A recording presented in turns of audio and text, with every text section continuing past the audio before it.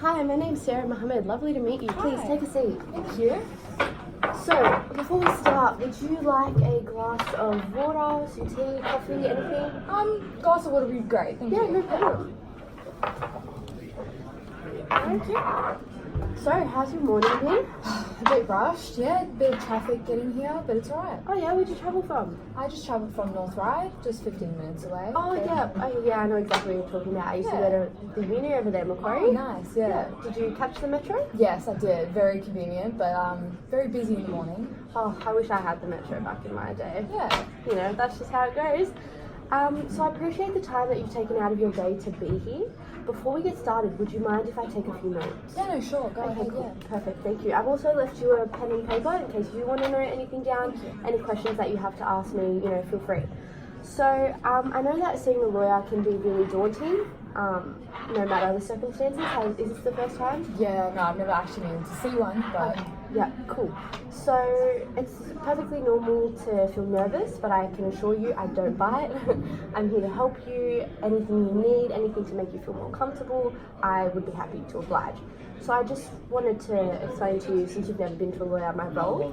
So basically, it's just to help you feel comfortable and confident, and the more comfortable you feel, the easier it'll be for me to do my job. This is a safe space. Feel free to say anything that you need, anything that you're worried about, how you're feeling. I'm here to support you in that. So nothing will leave this room? In saying that, so our relationship, it's built on trust and confidence, and since you've never been to a lawyer, I just want to quickly give you a bit of a rundown on confidentiality. So basically, confidentiality ensures that anything that you tell me cannot leave these walls, cannot be told to anyone else but me and you, bar a few exceptions.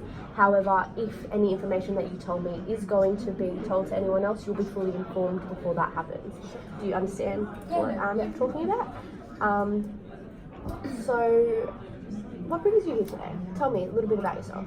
So basically, my mum, amazing woman, very close to my heart. She's always been quite social, but in her old age, she's approaching 70. She's become a bit on the offside. She forgets a lot of things, a lot of details. She's getting very suspicious of things going missing in the house, and I'm just worried that she's not in the right mind space at the moment. So in saying that, I'm here today on behalf of my mother. She sent me here to change her current will. Okay, so you're a bit concerned about her at the moment? Yeah. Is her health okay, or? I don't know whether her physical health is fine. She's quite active, but mentally she's just accusing a lot of people of the wrong things. Sometimes she forgets little details. She repeats herself a lot, which is normal for people approaching that kind of age, but it's a bit more concerning since it's getting other people involved now, getting suspicious of like people coming in to help her, and it's just. So it makes you feel a bit, worried. Yeah, of course. Like for her and others. Yeah, okay. I'm very close to my mum, so to see her in that state, it's just a bit uncomfortable. Yeah, tell me a bit more about your relationship. Yeah, so growing up, we weren't like as close. Like obviously, I butt heads a bit with my siblings, and I was always on the outside of the family circle. But growing up, I've realised that family means a lot to me, especially my mother. My father left a few years ago, so she's on her own. Yeah. Currently live with her, so she's basically around me all day, every day. So very, very close. Okay, so I can tell you that you're very close with your mother. How have you always been like this, or? Yeah, so like I said, I haven't always lived in Sydney. I lived in Victoria about a year ago. But moving in with my mum has really opened up a lot of doors for us, and we've gotten a lot closer. Not so much as a kid, but now definitely I value her, and I care a lot about her. That's great. So how long have you lived with her exactly? So I left Victoria around 5 months ago. I actually lost my job, so moving with my mum was not only convenient but also a benefit to both of us. I look after her and she provides love and care. So that must have been a stressful time for you. Yeah, very stressful. Losing my job, now I'm financially reliant on my mum. But in turn, I look after her and I do all the things around the house and stuff like that. Yeah, and in regards to the will, what does it currently state? So currently, the will is divided between me and my three siblings. The main concern is that they're not as close anymore. My mother acknowledges that. She knows that they don't really make an effort anymore. She believes that I should be the sole person who gets her estate. So she just wants to know moving forward how she can change that, modify it from the three siblings to just me. So how's your relationship with your siblings personally? Growing up, we were always butting heads, but as siblings do. So it's always just been that kind of way. I was a bit of an outsider, moving away to Victoria, didn't really keep in contact with a lot of them. And then when I moved here, they weren't really in contact with my mother anyway, so I don't really see them. They talk very poor of me sometimes, but my mother knows that that's all a lie, so yeah. And this property, tell me a bit more about that. So it's just located, like I said, in North Ryde. Double story, it's got 4 bedrooms, it's my childhood home, had a lot of memories, a lot of good times there.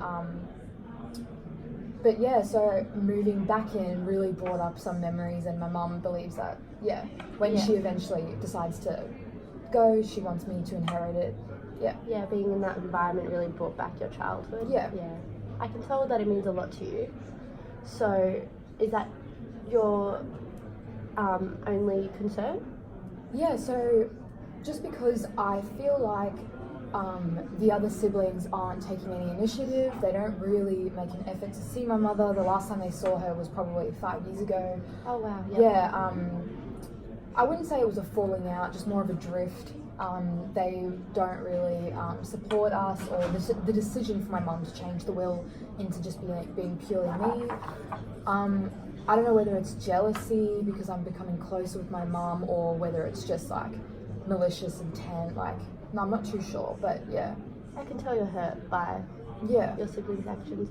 So you just want to ensure that, when the time comes, your mum's property and, her life's savings and whatnot is taken care of properly. Yeah, of course, because as she's getting older, she's obviously forgetting more things. I don't want it to get to the point where one of my siblings decides to take claim to the estate when all this time I've been the one supporting her, caring for her. I do odd things around the house. She's basically like my schedule, So you don't have a job currently? No, so after Victoria, I just decided that looking after my mum was more of a priority. She needed the help. I don't really want to move her into a nursing home a lot of people have recommended that, but that would mean that I'd have to sell the property to go to upfront fees, which I don't believe are appropriate since I can just look after it myself. So selling the property, that's completely out of the picture?